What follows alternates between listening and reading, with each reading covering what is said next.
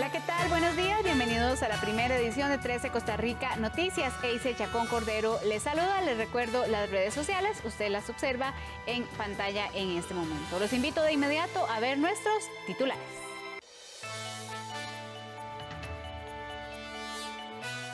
En el plazo de 5 días, el dólar ha bajado hasta 10 colones producto de las intervenciones del Banco Central. Según el Ministerio de Educación Pública, unos 2.000 docentes aún no han recibido su salario completo, por lo que instan a realizar el debido reporte. La licitación para reparar el puente sobre el río Tempisque está paralizado. ¿Cuál es la justificación que dan las autoridades? La respuesta se la damos en la segunda entrega del reportaje sobre este tema. Y en el campo internacional, Rusia confirma que ya controla el 97% de Lugansk, pero Ucrania resiste la caída de Severodonetsk. Y en los deportes, el técnico Luis Fernando Suárez está preparado para todo lo que pueda pasar en el repechaje ante Nueva Zelanda el próximo 14 de junio.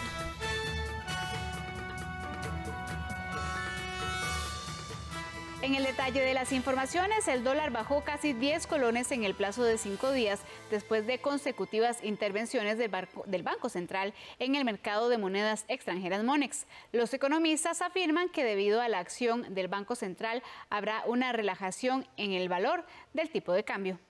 El dólar ha bajado casi 10 colones desde el pasado viernes, luego que durante toda una semana el Banco Central estuviera interviniendo para frenar el alza en la moneda. La semana pasada el tipo de cambio se llegó a cotizar en 700 colones, mientras que actualmente se mantiene en 691 colones en bancos públicos y 693 colones en entidades financieras privadas, mientras que la referencia del Banco Central es de 688 colones. Según manifiesta el economista Daniel Suchar, las medidas tomadas por el Banco Central generarán una relajación en la moneda que permitirá tener un poco más de estabilidad. Desde el pasado 15 de abril el dólar no bajaba su valor y por el contrario se mantenía en constante aumento. En los últimos días nos hemos dado cuenta que el tipo de cambio se ha ido relajando un poco más. Eso quiere decir que las medidas anunciadas el pasado viernes han surtido efecto positivo en el sentido de que el tipo de cambio está hacia la baja y por supuesto también le ha dado un beneficio para tranquilizar a los mercados.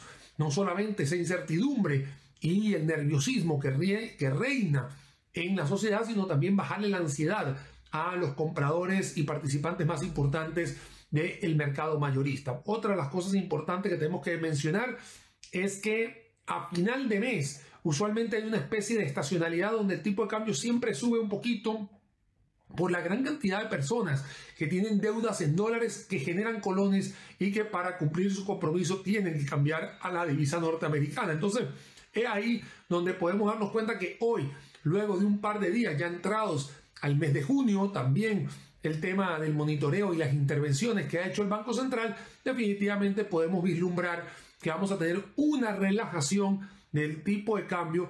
La semana pasada el Banco Central intervino con 111,4 millones de dólares en el mercado de monedas extranjeras Monex. Esto después de anunciar una serie de medidas que se tomaron para reducir el valor de dicha moneda. La noticia beneficiará a quienes tienen créditos en dólares. Además, se puede ver reflejado también en una disminución de precio de algunos bienes y servicios.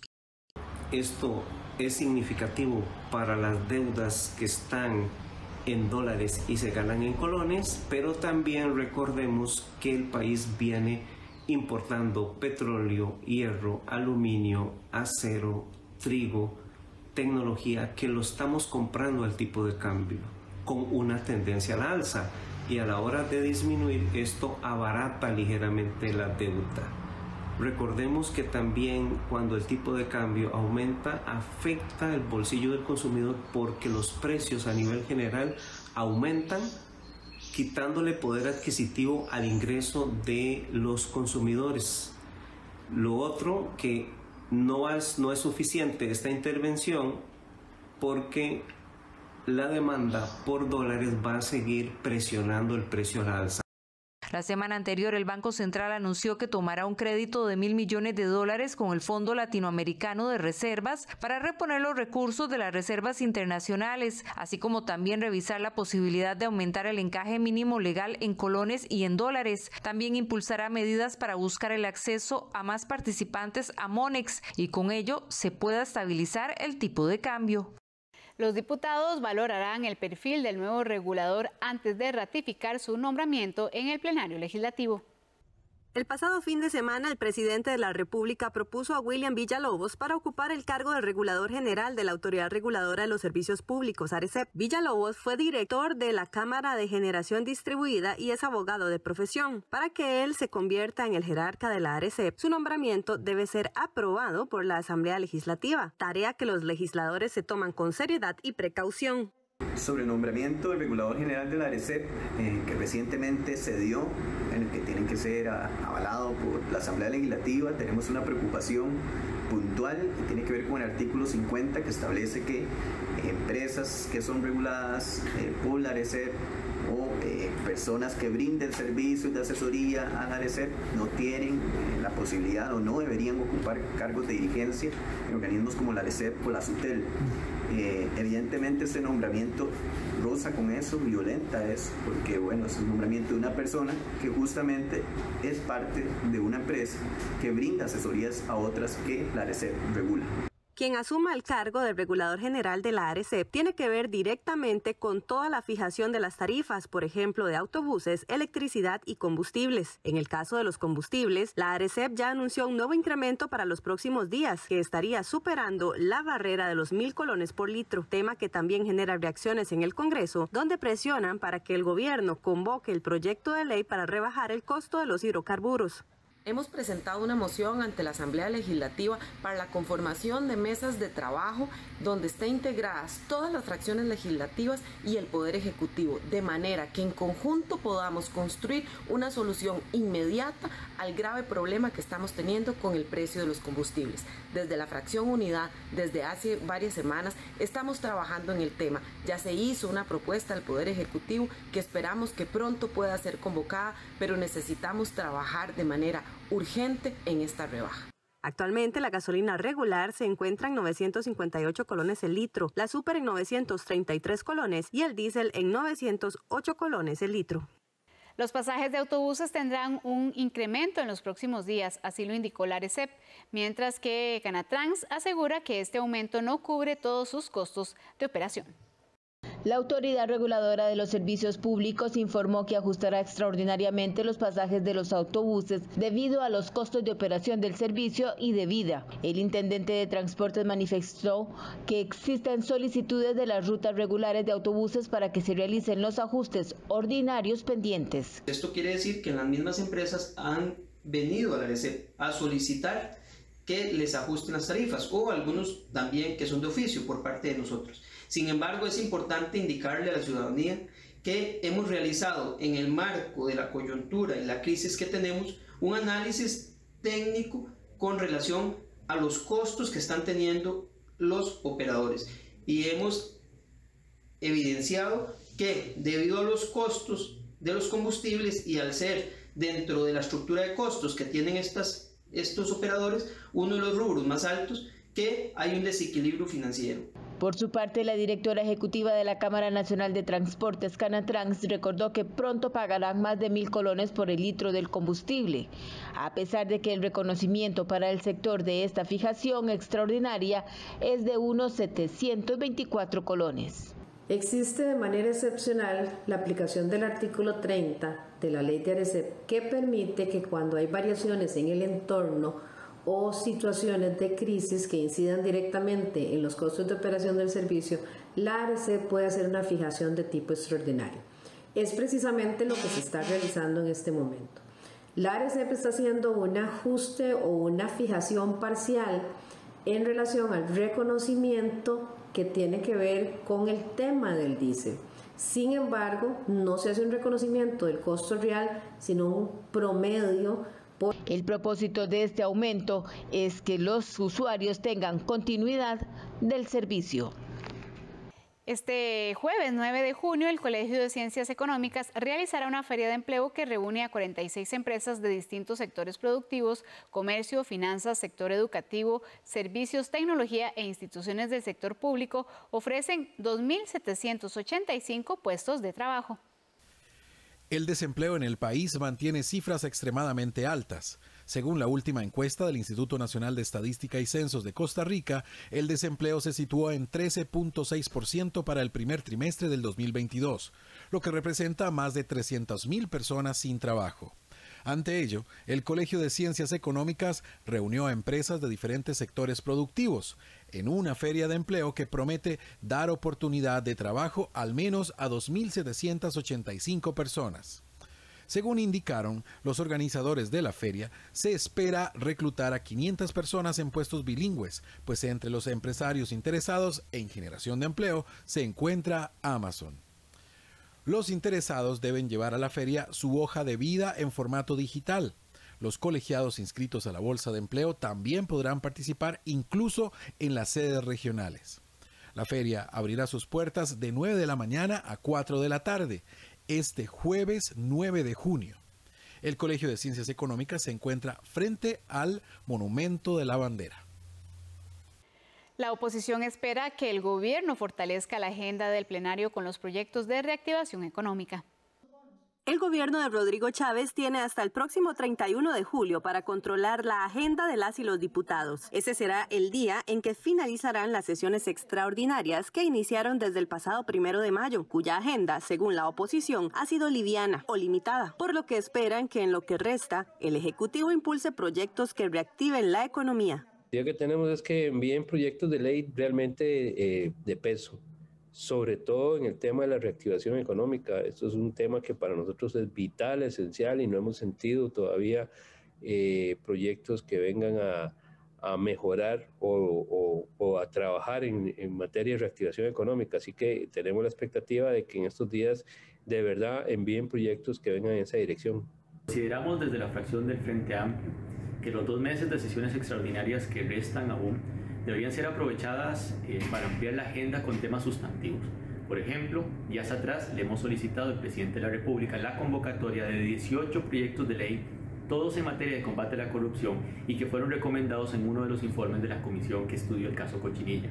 Nos parece que eso es una agenda fundamental en la que hay posibilidades de avanzar y en la que deberíamos avanzar.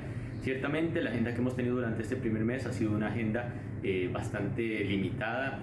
Nosotros esperaríamos que pronto empiece el Poder Ejecutivo a convocar los proyectos que están presentando los diputados de la actual legislatura, como por ejemplo el proyecto para eliminar la actualización automática del impuesto único a los combustibles, presentado por la fracción del Partido Liberal Progresista, o incluso otros proyectos también que podrían aliviar muy bien a los costarricenses y promover la reactivación económica del país.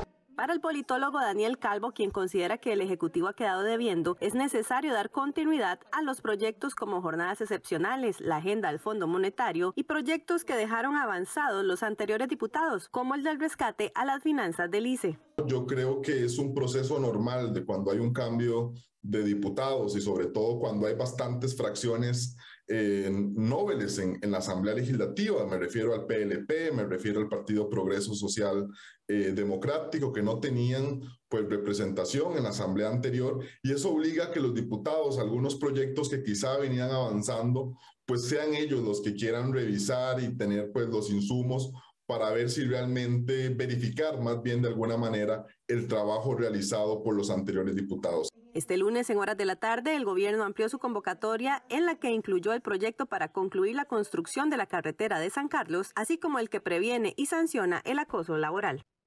La Comisión de Ambiente finalizó la revisión de las 40 mociones que se presentaron al proyecto de atún. El texto ahora avanza para su discusión en el plenario legislativo.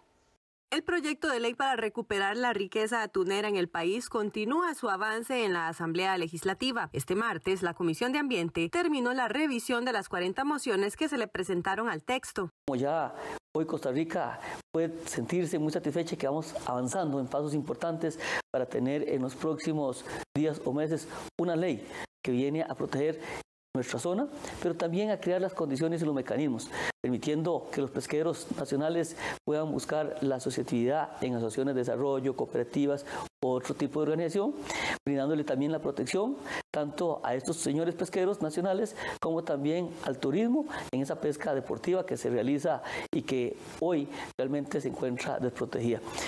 Además de eso, logramos crear las condiciones para poder tener la garantía de que esos recursos queden en nuestro país y se fomente y se capacite y se dé la mayor activación económica en la zona. Ahora el proyecto de ley regresará al plenario legislativo en los próximos días para su trámite en primer debate. Naturalmente correspondería trasladarlo nuevamente a la plenaria.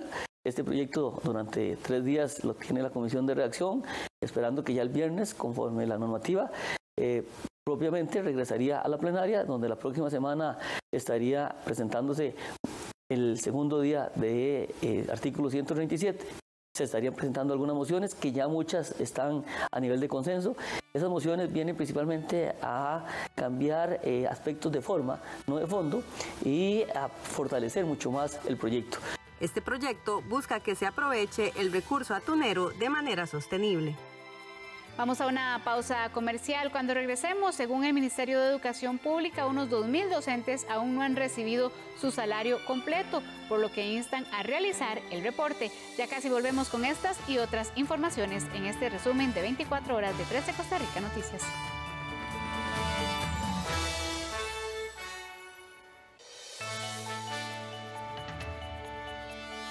Gracias por continuar con nosotros. El presidente de la República, Rodrigo Chávez, partió ayer hacia Estados Unidos para formar parte de la Cumbre de las Américas. A pesar de que en esta cumbre no participan todos los países del continente, el mandatario Chávez sí estuvo presente en el evento. El presidente de la República, Rodrigo Chávez, salió este martes rumbo a los Estados Unidos para asistir a la Cumbre de las Américas, que se desarrollará durante esta semana. Esta es la segunda gira que realiza el mandatario en las 2 últimas semanas para participar de un encuentro con homólogos de distintas naciones. Este tipo de encuentros pueden ser beneficiosos para el país en un mediano plazo, ya que se han visto que en ocasiones las reuniones con personeros de compañías transnacionales desencadenan en la generación de empleo. El presidente Rodrigo Chávez ha hecho manifiesto su interés de participar en encuentros con empresarios que les permitan atraer inversión extranjera al país como una de sus principales prioridades, tal cual fue también su agenda en Davos, pero también le permitirá en esta segunda gira internacional al presidente Rodrigo Chávez acercarse a sus homólogos para conversar sobre distintos temas que interesan en la agenda bilateral de Costa Rica con algunos de los países y de los presidentes que estarán asistiendo a esta cumbre. Por otra parte, Chávez dijo que consideró correcto que Costa Rica participe en esta actividad pese a la polémica surgida luego de que Estados Unidos no invitó a países como Venezuela y Nicaragua. Esta situación provocó el malestar del presidente de México, Andrés Manuel López Obrador, quien fue enfático en que esta decisión provocó su no asistencia al evento. Que no voy a asistir a la cumbre. Va en mi representación y en la del gobierno Marcelo Ebrard. Y no voy a la cumbre porque no se invita a todos los países de América. El presidente Chávez salió rumbo a los Estados Unidos este martes a las 6 de la mañana. Luego a las 3:30 de la tarde tendrá una reunión con su equipo de trabajo y a las 7 de la noche tendrá una recepción en su honor organizada por la embajadora Cintia Telles. Con el fin de contrarrestar el apagón educativo, el Ministerio de Educación Pública desarrollará una estrategia que pretende ubicar a los centros educativos en el corazón de las comunidades. Luego del apagón educativo, la ministra de Educación instó a la población a volver sus ojos hacia los centros educativos para posicionarlos en las comunidades. Estamos entonces lanzando esta estrategia para que nosotros podamos llegar a los corazones de cada costarricense y recordarle cómo hace un tiempo la escuela, el centro educativo, era el eje de una comunidad.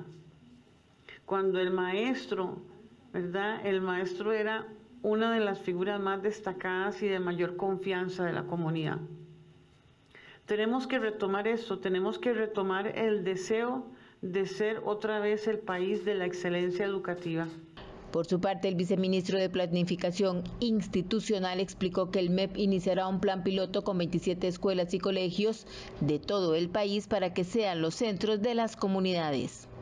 Esta administración le va a dar una relevancia clave y fundamental a las diferencias que existen en todas nuestras direcciones regionales. Consideramos que hay que entender esas realidades para poder focalizar las acciones, las propuestas y el presupuesto. La estrategia responde al reto planteado por lo que el informe Estado de la Educación 2021 calificó como una fuerte contracción de los aprendizajes para una generación que ha experimentado una suerte de apagón pedagógico a raíz de la pandemia. Se espera que en este proyecto participen instituciones para que unan esta iniciativa, además de la empresa privada, agrupaciones sociales, las iglesias, legisladores, gobiernos locales y personas interesadas en colaborar.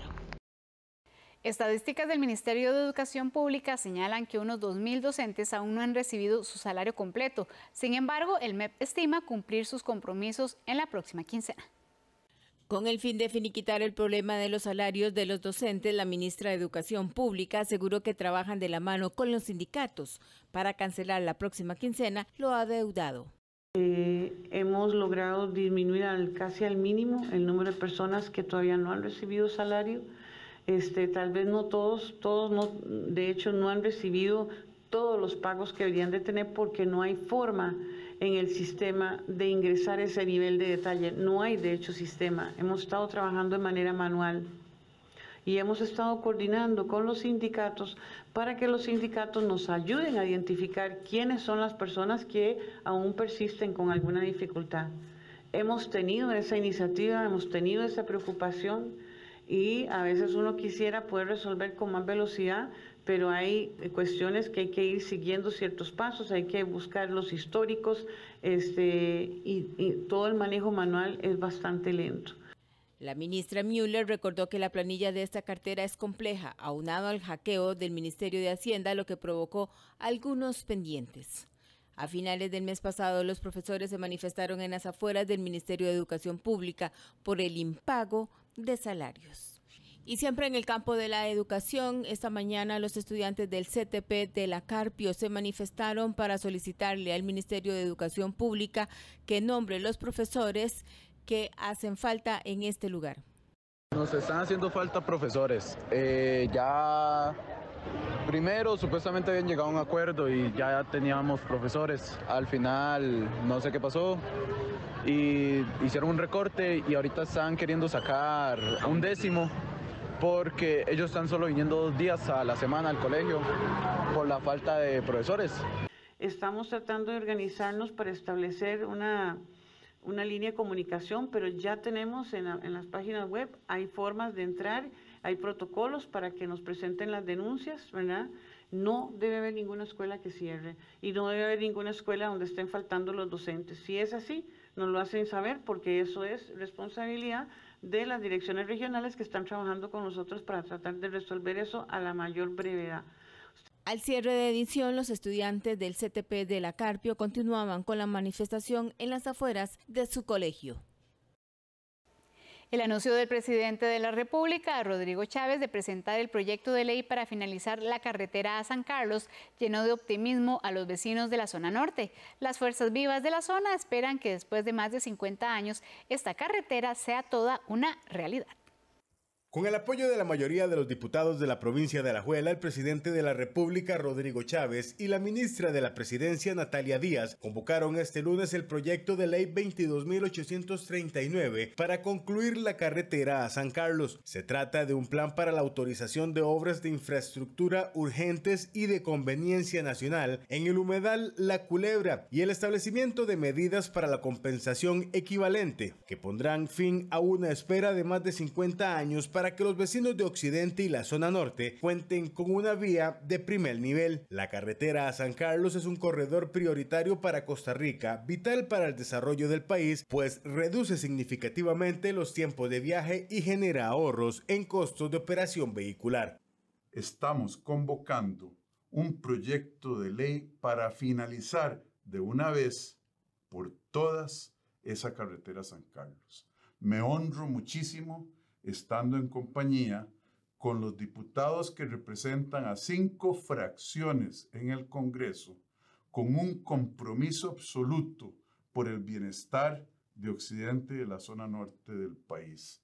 Este es un proyecto muy esperado por los vecinos de la zona norte, pero que beneficiará a todo el país. Desde la Asociación Pro Carretera San Carlos aseguran que en esta ocasión la voluntad política que se le ve al presidente da la confianza en que ahora la carretera sí será una realidad. Saber que hay un cronograma y saber que hay presupuesto proveniente del BID hacen que este proyecto tenga la seriedad necesaria para la elaboración del mismo.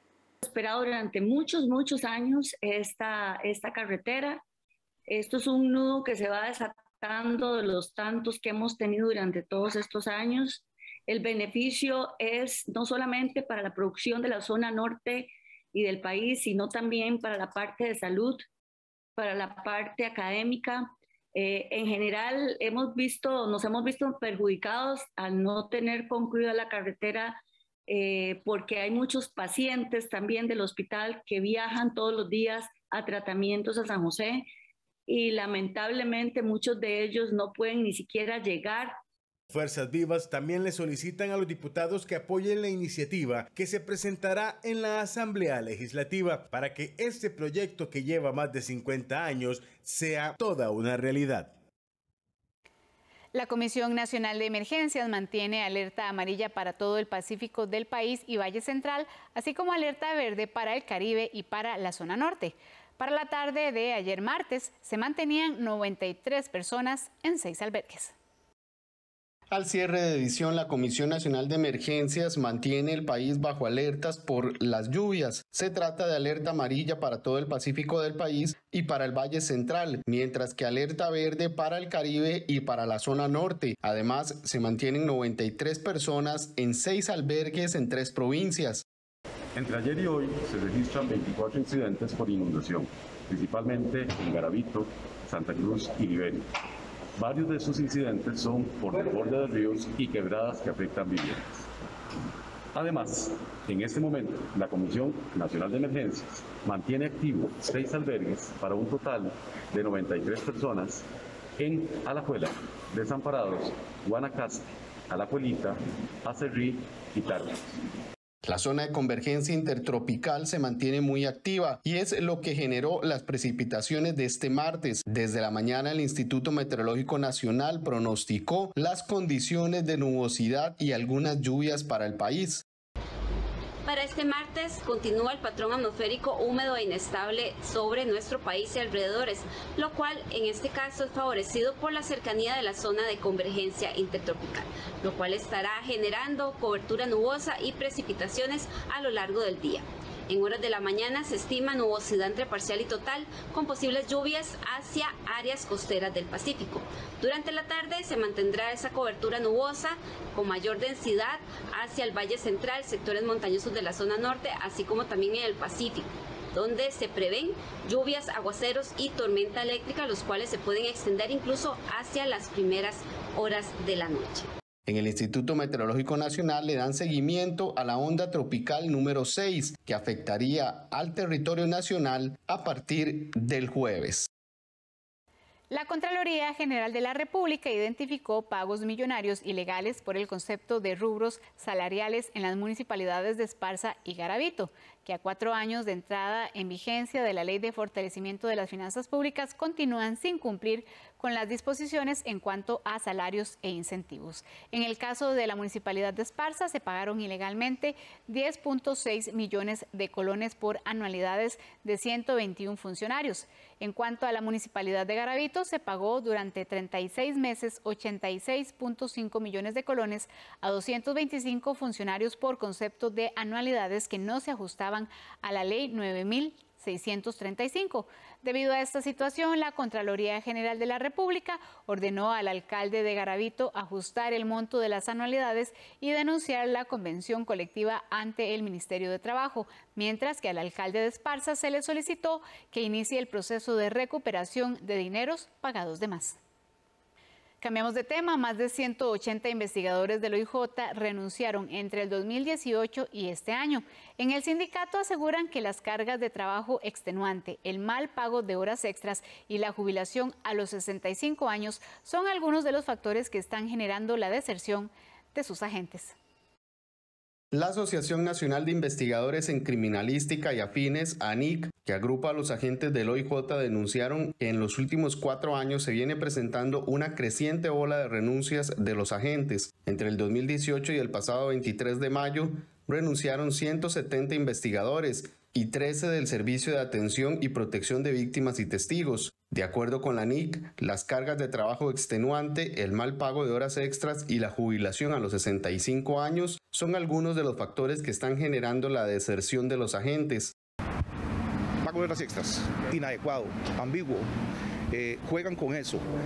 Jubilación a los 65 años, cargas de trabajo extenuantes, cargas de trabajo súper extenuantes y poco cuidado desde los mandos medios en cómo facilitar o flexibilizar ese desgaste que se está teniendo. El desgaste llega a tenerse, es inevitable.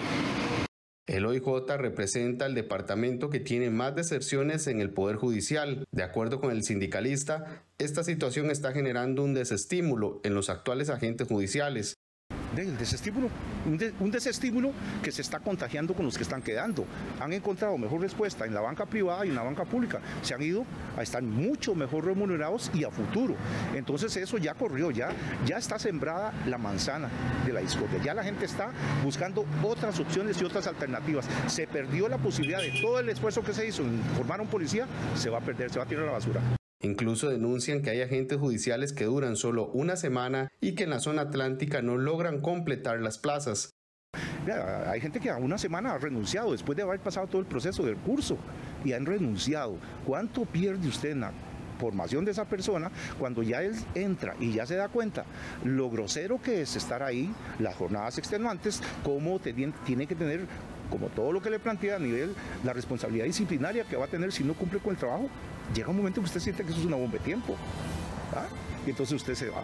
Debido a esto le piden a la Corte, al Consejo Superior y a la dirección del OIJ solventar este problema. Vamos a una pausa comercial. Cuando regresemos, la licitación para reparar el puente sobre el río Tempisque está paralizado. Más detalles al regresar en un reportaje especial de Rita Valverde.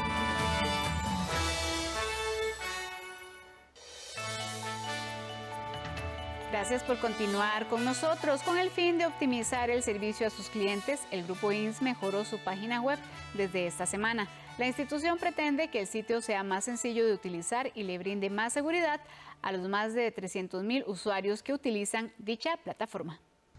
El Grupo INS realizó una mejora en la sección de RT Virtual en su página, que es el enlace de riesgos de trabajos, donde los patronos ingresan para cargar sus planillas, inclusiones provisionales y reportar accidentes laborales en su empresa. Actualmente alrededor de 375,163 personas están inscritas en esta plataforma y el INS recibe por medio de RT Virtual un promedio mensual de 45,000 planillas y más de 5,000 avisos de accidentes. Como parte de la transformación digital y con el fin de brindar seguridad cibernética y facilitar el uso de la tecnología, es que el INS moderniza este sitio.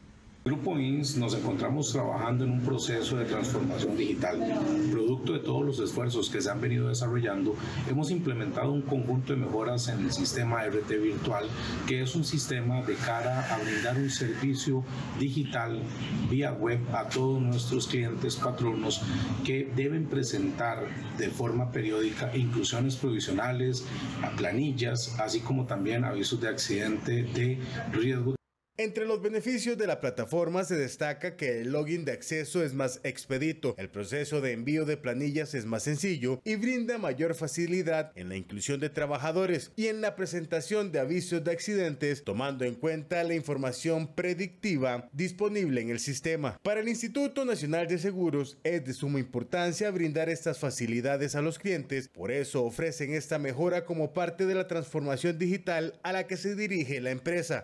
Todos estos cambios forman parte de un proceso mayor que se estará desarrollando en las próximas semanas, meses y que los iremos incorporando de a poco para mejorar los servicios y hacerlos muchísimo más eficientes, más ágiles y más rápidos. El correo consultasrt@grupoins.com se habilitó para aclarar las dudas o consultas que puedan tener las personas usuarias. Desde hace más de un año, el CONAVI abrió la recepción de ofertas de licitación para intervenir el puente del río Tempisque. Sin embargo, el proceso quedó paralizado y hasta el momento no se ha reanudado. ¿Cuál es la justificación que dan las autoridades del MOP y del CONAVI al respecto? La periodista Rita Valverde ahondó sobre este tema en la segunda entrega de este reportaje.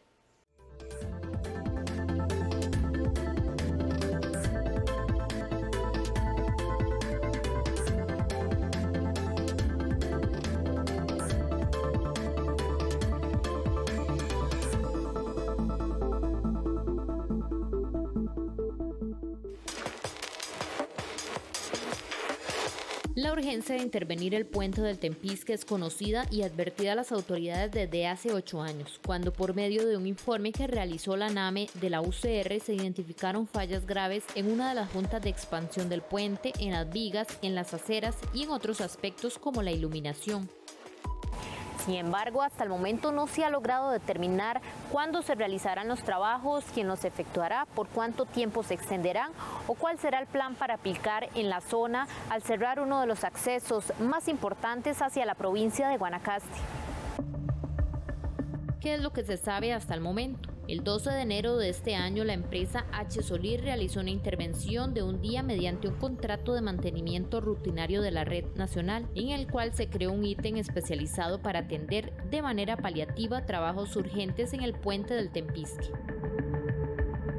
El trabajo consistió en reparar la junta de expansión ubicada en la pila número 8 del puente. H. Solís debía realinear las vigas caídas y aportar nuevas en el espacio faltante.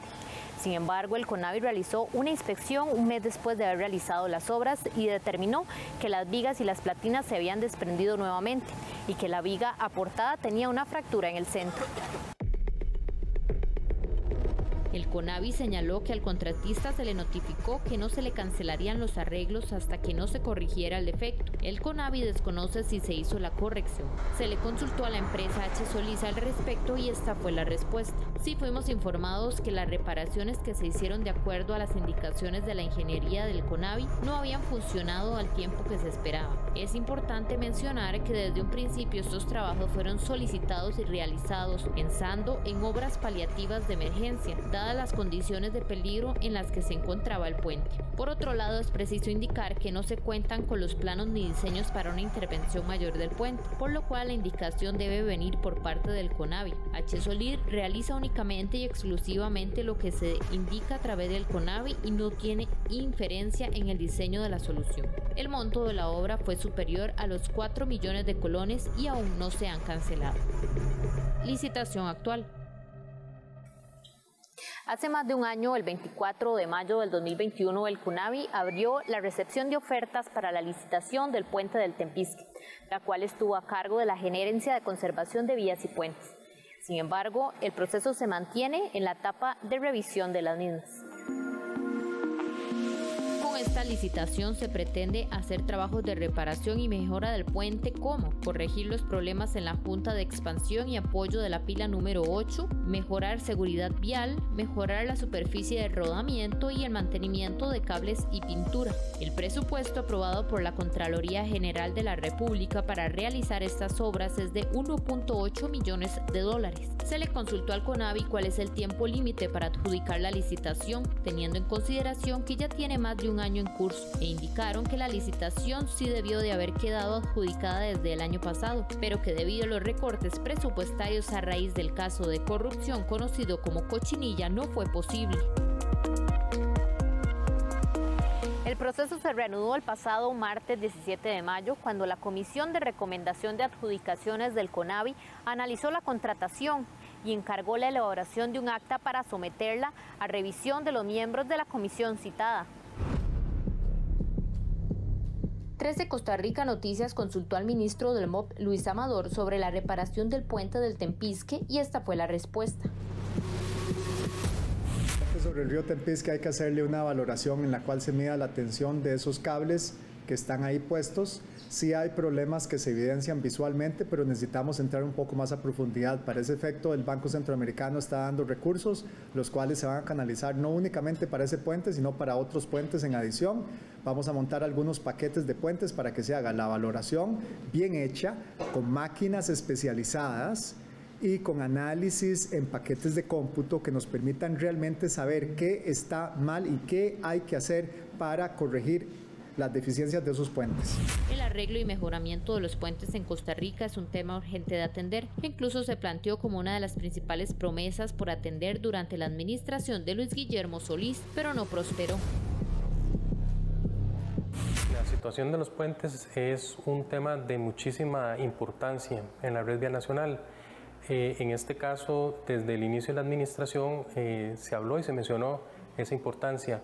El CONAVI solicitó directamente a la ANAME a través de la Ley 8114 una asesoría que fue entregada en el 2019, realizada por el Programa de Ingeniería Estructural de la ANAME y la Unidad de Puentes, donde se priorizaron los 500 puentes en peor condición, de acuerdo, digamos, a una priorización según el estado deficiente. Entonces, a partir de eso, la administración cuenta con un insumo muy importante para definir los programas de inversión en los puentes. Sin embargo, hasta el momento no ha sido eficaz en conseguir alguna vía contractual para poder aterrizar esa intervención de los puentes, especialmente en estos 500 puentes que son los más deficientes y que fueron priorizados a través de esta asesoría que dio el ANAME a la administración. No fue una prioridad para los gobiernos pasados y una prioridad de los guanacastecos en realidad en el tema de infraestructura. Sin embargo, también hago hincapié de que se está convirtiendo en una segunda platina. Y si eso se demora, esos planes de acción se demoran, nos va a costar a nosotros como costarricenses muchísimo dinero.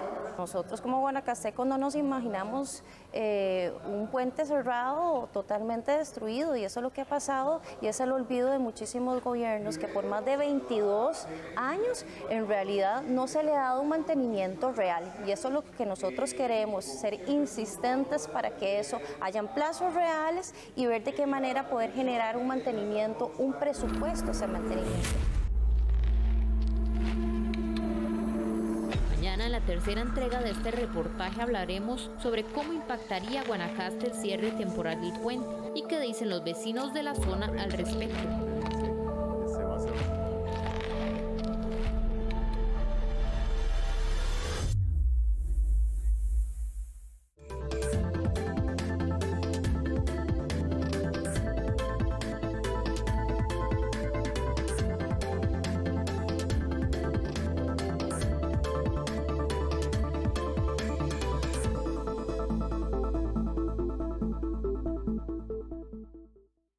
Recuerde que usted puede volver a ver este reportaje en nuestra página web y también en las diferentes plataformas de redes sociales de 13 Costa Rica Noticias.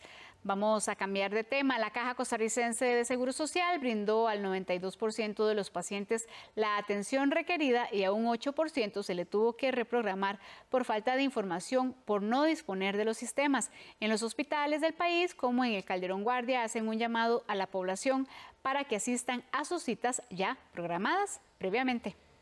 La Caja Costarricense del Seguro Social realizó un total de 338.413 procedimientos quirúrgicos y ambulatorios, exámenes de laboratorio, radiología e imágenes médicas y atención de citas programadas entre el 1 y el 5 de junio de 2022. El esfuerzo del personal de salud en todo el país ha permitido que la institución continúe con la atención de los pacientes. El informe de situación de los servicios de salud con corte al 5 de junio indica que procedimientos quirúrgicos públicos se realizaron 1.658 y se tuvieron que reprogramar 242. Citas se atendieron 137.169 y se reprogramaron 5.781. Procedimientos ambulatorios se hicieron 11.843 y se reprogramaron un total de 691, mientras que exámenes de laboratorio se efectuaron 162.325 y fueron reprogramados 20.534.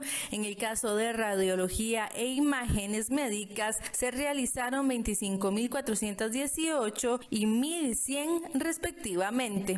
Autoridades del Hospital Rafael Calderón Guardia hacen un llamado a la población para que asistan a sus citas programadas en consulta externa, ya que los servicios se están dando con normalidad. Actualmente estamos ya llegando a total normalidad en el término de la atención.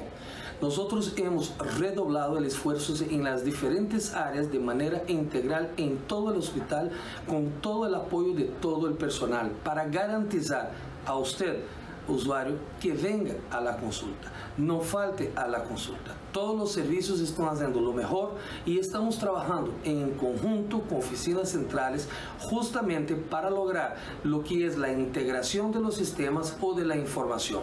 Estaremos aquí por usted y estaremos esperando a cada uno de ustedes. Además, quiero agradecer a todo el personal de nuestro hospital. En el caso del Calderón Guardia, su director general aseguró que pronto estarán informando el mecanismo de reprogramación de citas para las personas que no asistieron o no se pudieron atender por causa de los daños en el sistema. Actualmente lo que ya está programado se está atendiendo porque tenemos toda la información y estamos trabajando fuerte en las diferentes áreas. Estaremos avisando posteriormente por este medio cuál sería el mecanismo para reprogramar las nuevas citas. En todos sus centros médicos, la Caja brindó el 92% de sus pacientes la atención requerida y a un 8% se le tuvo que reprogramar. Hay que destacar que continúa la gestión en el manejo y atención de la emergencia por el COVID-19. Esto implica que se mantienen las atenciones para los pacientes en todos los servicios de hospitalización, tanto en salón y cuidado intensivo como en servicio de emergencias. En lo referente a camas asignadas a COVID, la ocupación es del 64% en UCI severo y 46% en UCI crítico. En camas salón, la ocupación es del 63% en camas leves, 68% en camas moderadas y el 35% en camas especializadas. Asimismo, la red de laboratorios sigue realizando las pruebas de diagnóstico. Los equipos de trabajo de materia de vigilancia epidemiológica continúan activos y se mantiene el llamado a acudir a la vacunación. Por otro lado, la Caja informó que no cobrará multa por atrasos en pagos a los patronos. Si está pensando en retirar su fondo de capitalización laboral, preste mucha atención porque debido al hackeo que sufrió la Caja Costarricense de Seguro Social, ahora usted tendrá que hacer esta solicitud a través de una carta firmada por su patrono. Así lo anunció la Asociación Costarricense de Operadora de Pensiones, ACOP. Esta es la primera medida que se logra concretar después de que se deshabilitaran algunos sistemas de forma preventiva. Debido al hackeo se encuentra suspendida la emisión de certificaciones de pensión por parte del régimen de invalidez, vejez y muerte, uno de los requisitos para otorgar la pensión del régimen obligatorio de pensiones complementarias. Recuerde que el fondo de capitalización laboral se puede solicitar después de una ruptura laboral o bien al cumplir 5 años consecutivos con el mismo patrono.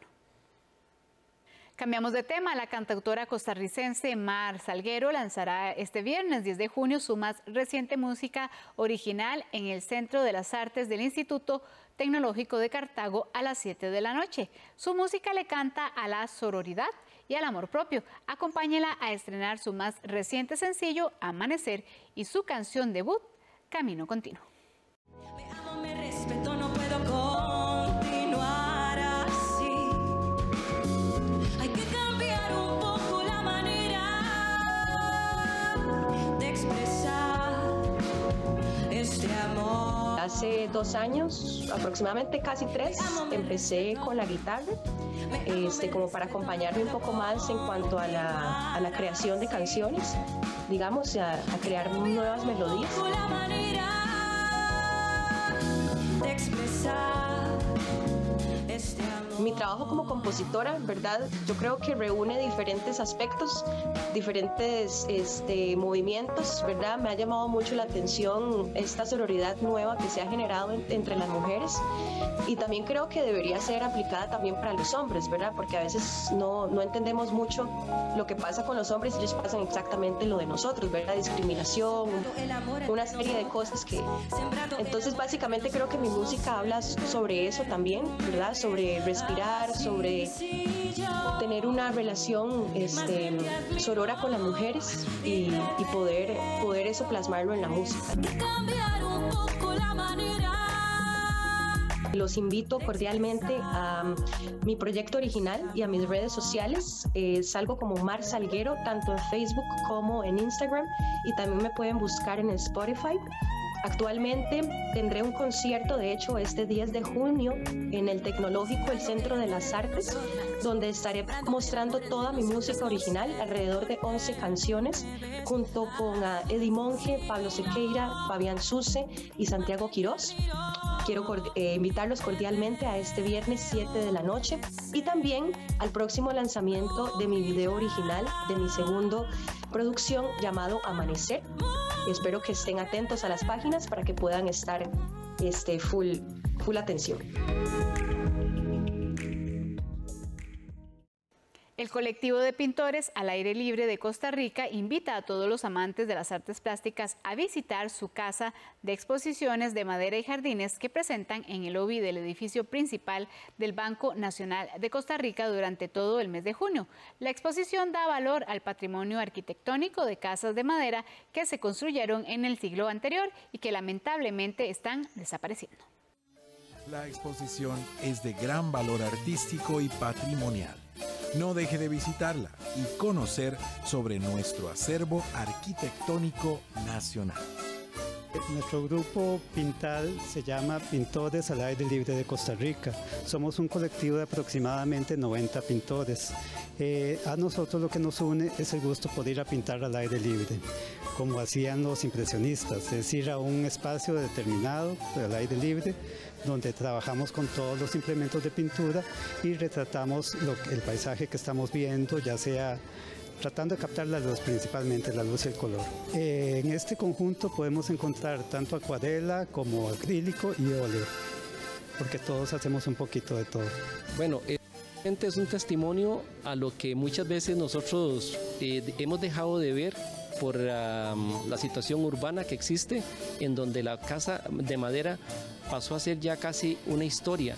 Muy pocas quedan a la vista en carretera y muchas otras quedan ya metidas dentro de fincas y todo, y esto es un homenaje completo a esas casas, en donde en el año más o menos 1850, debido a la situación que se da por los temblores, muchas casas de bareque y de barro se caían. Entonces la versatilidad de la madera permite construir grandes edificaciones y edificaciones muy bellas, como son las edificaciones victorianas y las casas también humildes donde vivían los trabajadores.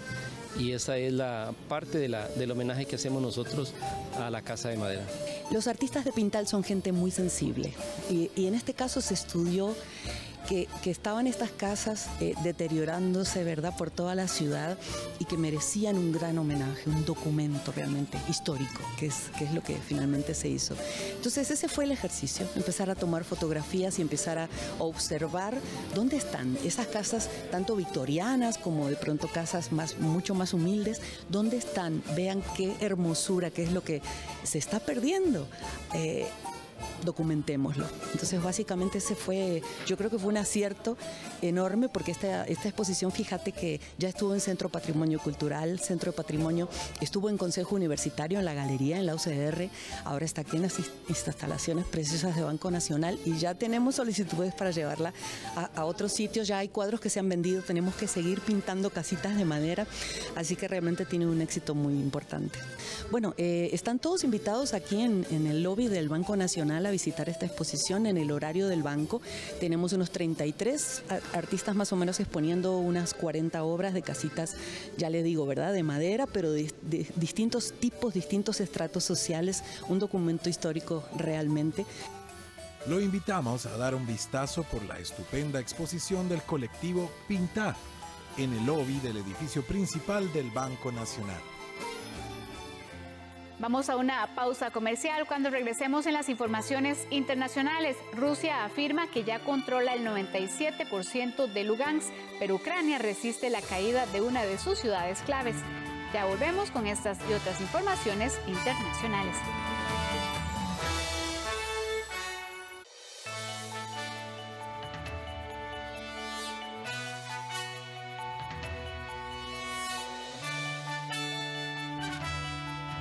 Iniciamos este bloque con las informaciones internacionales. Rusia reivindicó el martes el control de todas las zonas residenciales de una ciudad clave en la región oriental del Donbass, donde las tropas ucranianas combaten ante unidades rusas más numerosas, según Kiev.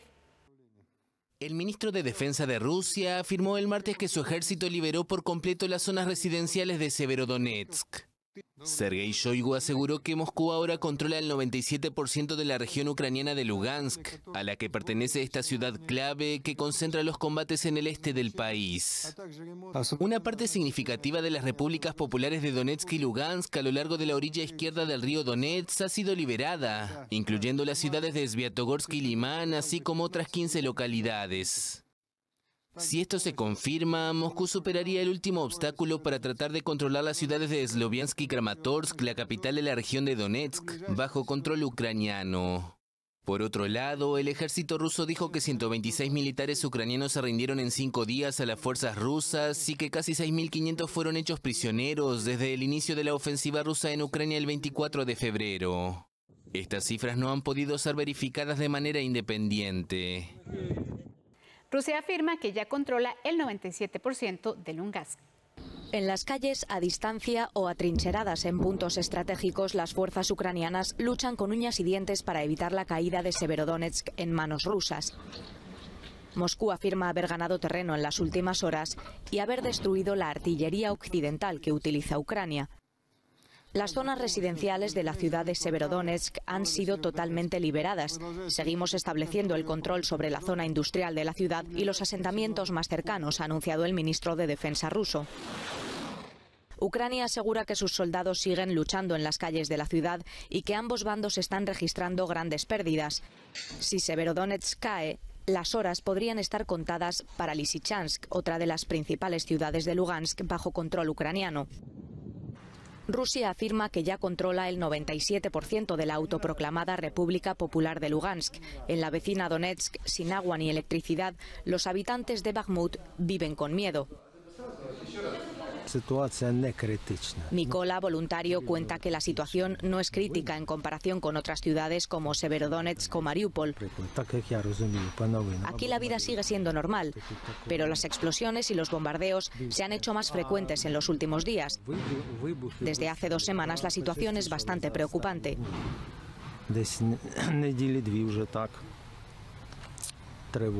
Han pasado más de 100 días desde que comenzó la invasión y no hay señales de que el conflicto vaya a terminar pronto. El presidente ucraniano reitera que su país no se rendirá y la ONU ha elevado a 4.200 el número de víctimas civiles de la guerra.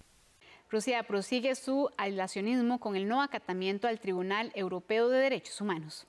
Rusia da un paso más en su alejamiento de las instituciones internacionales creadas después de la Segunda Guerra Mundial.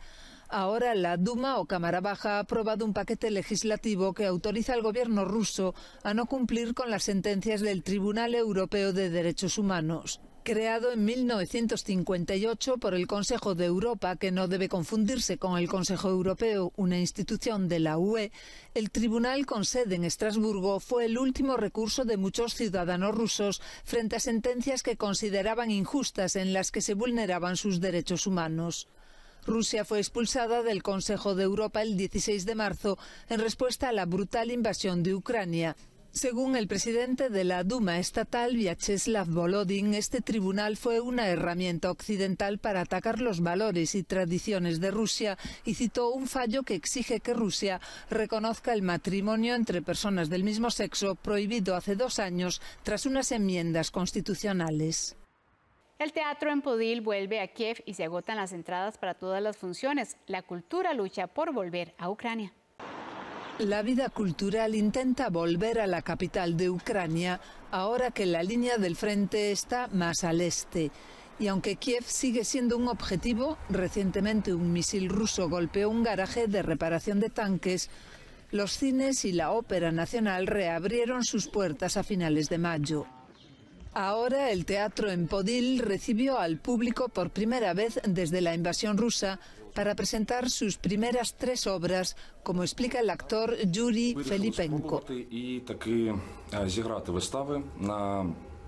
Hemos decidido probar y montar las obras con un pequeño número de actores, 2 o 3 actores, y hoy representamos la tercera obra. Nos preguntábamos si los espectadores vendrían en tiempos de guerra, si el teatro interesa ahora, y nos alegramos de que se agotaran las entradas de las 3 piezas. Kostya Tomliak también dudó en volver a los escenarios durante la guerra, pero al ver la afluencia de personas que regresan a la capital, dice que hay que adaptarse. Somos como las cucarachas. Tuvimos que sobrevivir sin dinero durante 2 años de pandemia. Creo que los actores estamos más acostumbrados a sobrevivir que quienes ganan más dinero. Pero creo que ahora la pregunta principal es cómo los actores podemos ayudar. Y creo que encontraré dinero para ir tirando. Cada uno encontrará la manera de alimentarse. Pero, ¿qué hacer para que no te desconectes de la guerra? No sé qué responder, dice. Las fuerzas rusas desistieron de su ofensiva sobre la capital ucraniana a principios de abril. Un respiro para la gente de Kiev y también para la vida cultural de la ciudad. La Unión Europea quiere que todos los trabajadores cobren un sueldo mínimo adecuado, aunque no será equivalente en todos los países del bloque. Con un sombrío panorama económico y tasas de inflación superiores al 8%, las instituciones de la Unión Europea han llegado a un acuerdo provisional sobre un salario mínimo. El pacto no significa que el sueldo mínimo vaya a ser el mismo en Madrid que en Estocolmo, sino que todos los Estados miembros europeos tendrán que ofrecer unas condiciones de trabajo y de vida dignas a todos los empleados europeos. Así lo explica el comisario europeo de Trabajo. Se trata de un punto de inflexión y creo que aportará un elemento esencial: la lucha contra la pobreza interna, pero también el fortalecimiento de la idea de una economía social de mercado. En el pasado hablamos mucho de la economía de mercado y es hora de reintroducir la economía social de mercado. Los países de la Unión Europea tendrán que calcular su salario mínimo basándose en una cesta de productos y costes domésticos, teniendo en cuenta el sueldo bruto medio. Los países europeos también tendrán que fijar sus propios objetivos e implementarlos. Las empresas creen que podría suponer un coste mayor en tiempos difíciles. Algo que no cree este eurodiputado. Entiendo que muchas empresas estén preocupadas por la situación actual, pero esta directiva no debería contribuir a estas preocupaciones. El impacto será limitado. Dinamarca y Suecia son algunos de los países que están en contra de la directiva. No quieren que la Unión Europea entre en cuestiones salariales y les preocupa que su sistema de negociación colectiva esté en peligro. Una vez sellado el acuerdo, entraría en vigor en 2 años. En España detuvieron a 14 personas por explotación sexual de mujeres brasileñas. Detenidas en España 14 personas por explotación sexual de mujeres brasileñas. La Policía Nacional ha desarticulado una organización dedicada a la explotación sexual en clubs de alterne. Aprovechaban la vulnerabilidad de las víctimas, mujeres con cargas familiares y necesidades económicas, que contraían una deuda con ellos de hasta 2.000 euros por su traslado a España. 3 víctimas han sido liberadas. El rechazo de la moción impidió la prórroga de una ley que extiende la legislación civil y penal israelí a los colonos que viven en los asentamientos, y esto sacude al gobierno. Enésima crisis en la coalición del gobierno israelí tras perder una votación en el Parlamento sobre los asentamientos en la Cisjordania ocupada.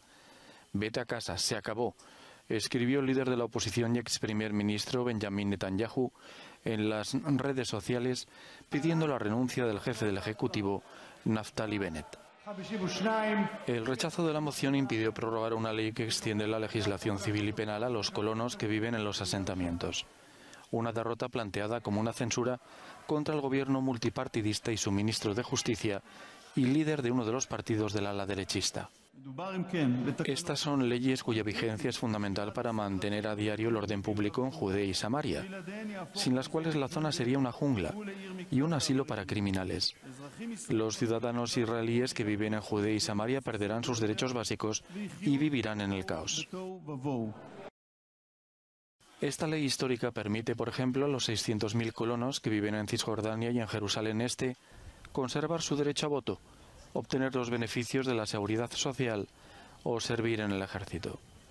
Los analistas creen que la legislación saldrá finalmente adelante, aunque la oposición sigue poniendo a prueba la capacidad de supervivencia del primer ministro Naftali Bennett, quien, si sigue perdiendo apoyos, podría verse sometido a una moción de censura. De prosperar, no se descartan nuevas elecciones. De momento, tras un año como primer ministro, Naftali Bennett sigue resistiendo las embestidas de su predecesor, Benjamin Netanyahu, aunque nadie sabe hasta cuándo. Ausencias y exclusiones marcaron el comienzo de la Cumbre de las Américas en Los Ángeles, Estados Unidos. Estos países dejaron por fuera a Cuba, Venezuela y Nicaragua. La Cumbre de las Américas ha comenzado marcada por la ausencia del presidente de México.